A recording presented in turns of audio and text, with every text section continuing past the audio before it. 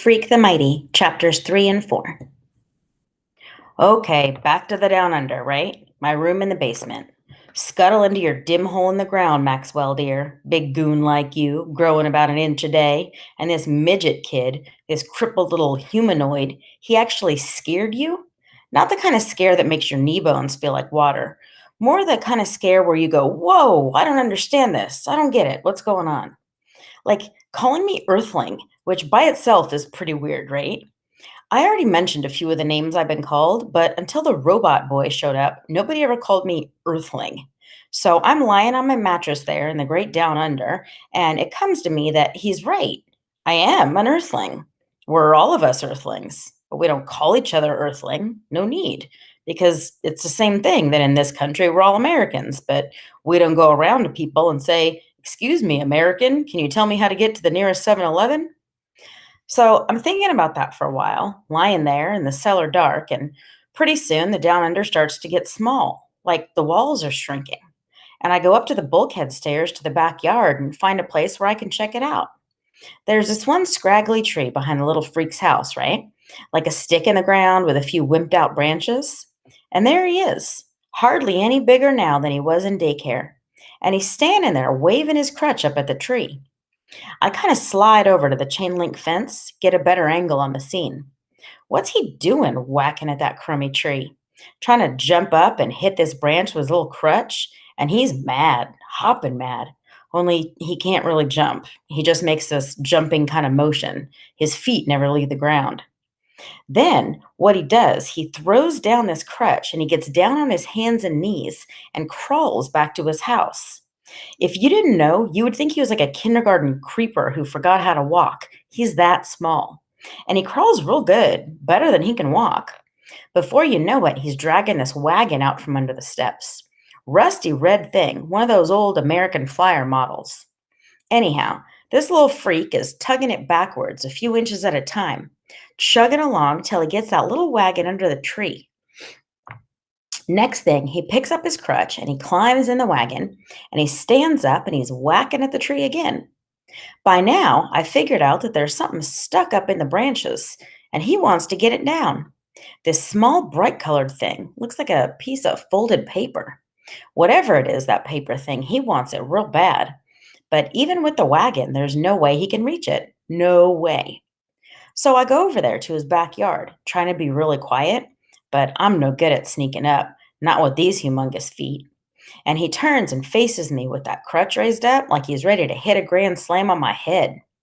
He wants to say something. You can tell that much, but he's so mad, he's all huffed up, and the noise he makes, it could be from a dog or something. And he sounds like he can hardly breathe. What I do, I keep out of range of that crutch, and I just reach up and pick the paper thing right out of the tree. Except it's not a paper thing, it's a plastic bird, light as a feather. I have to hold it real careful or it might break. That's how flimsy it is. I go, "You want this back or what?" The little freak is staring at me bug eyed and he goes, "Oh, it talks." I give him the bird thing. "What is it, like a model airplane or something?" You can tell he's real happy to have the bird thing back, and his face isn't quite so fierce. He sits down in the wagon and he goes, "This is an ornithopter. An ornithopter is defined as an experimental device propelled by flapping wings. Or you could say that an ornithopter is just a big word for mechanical bird." That's how he talked, like right out of a dictionary. So smart you can hardly believe it. While he's talking, he's winding up the bird thing. There's this elastic band inside, and he goes, "Observe and be amazed, Earthling." And then he lets it go. And you know what? I am amazed because it does fly just like a little bird, flitting up and down, around, higher than I can reach. I chase after the thing until it boinks against the scrawny tree trunk, and I bring it back to him, and he winds it up again and makes it fly. We keep doing that, must be for almost an hour, until finally the elastic breaks. I figure that's it, end of ornithopter. But he says something like, "All mechanical objects require periodic maintenance. We'll schedule installation of a new propulsion unit as soon as the fair Gwen of Air gets a replacement." Even though I'm not sure what he means, I go, "That's cool." You live around here, Earthling? Over there. I point out the house. In the down under. He goes, What? And I figure it's easier to show him than explain all about Graham and Grimm and the room in the cellar. So I pick up the handle to the American fire wagon and I tow him over. It's real easy. He doesn't weigh much, and I'm pretty sure I remember looking back and seeing him sitting up in the wagon, happy as can be, like he's really enjoying the ride and not embarrassed to have me pulling him around. But like Freak says later in this book, you can remember anything, whether it happened or not. All I'm really sure of is he never hit me with that crutch.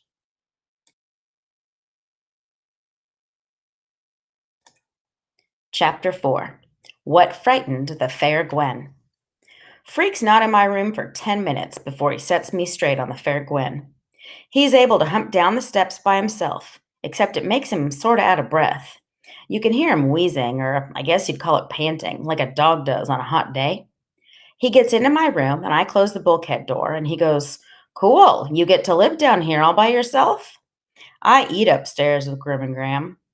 Freak works himself up onto the foot of my bed and uses a pillow to make himself comfortable. It's pretty dim down here, only the daylight from one basement window, but it catches him just right and makes his eyes shine.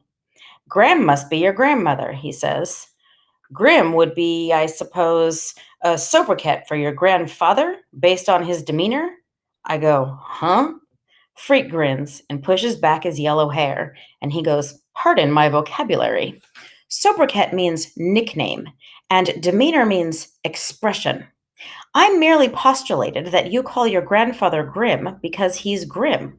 Postulate means, I know, I say, which is a lie, except I can guess what he means, figured out that way. So, how come you call your mom Fair Gwen of Air? Is that a nickname? Freak is shaking his head. I can see he's trying not to let on that he's laughing inside. Guinevere, he finally says, catching his breath. The fair Guinevere, from the legend of King Arthur. You know about King Arthur, right? I shrug. The only King Arthur I know is the brand of flour Graham uses. And if I say that, I'll sound really like a butthead. He goes, My mom's name is Gwen, so sometimes I call her the fair Guinevere, or the fair Gwen. King Arthur was the first king of England, way back when there were still dragons and monsters in the world. Arthur was this wimpy little kid, an orphan, and there was this magic sword stuck in a big stone, okay? The old king had died, and whoever could pull the sword from the stone proved he was the next king. All these big tough dudes came from all over to yank at the sword, and they couldn't budge it. One day, this wimpy little kid tried it when nobody was looking, and the sword slipped out like it was stuck in butter. So he was the king, this little kid? Freak nods. He's really into this story, and he's making shapes in the air with his hands. This is the first time for me hearing Freak really talk. And right away, I know one thing. When he's talking, you can't take your eyes off of him. His hands are moving, and it's like he's really seeing it, this story about an old king. Arthur's magical sword is called Excalibur, and the fair Guinevere is this pretty girl who becomes his queen. Fair in those days meant the same as beautiful does now. Anyhow, Arthur got bored just sitting around, so he invited all the knights of England to come live in the castle.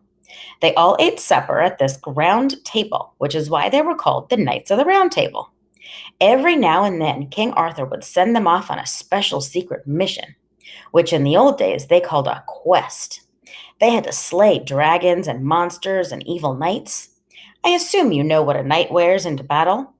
I think so, but I like hearing Freak talk, so I go, Better tell me. And that's when I find out why he's so interested in some clanky old knights.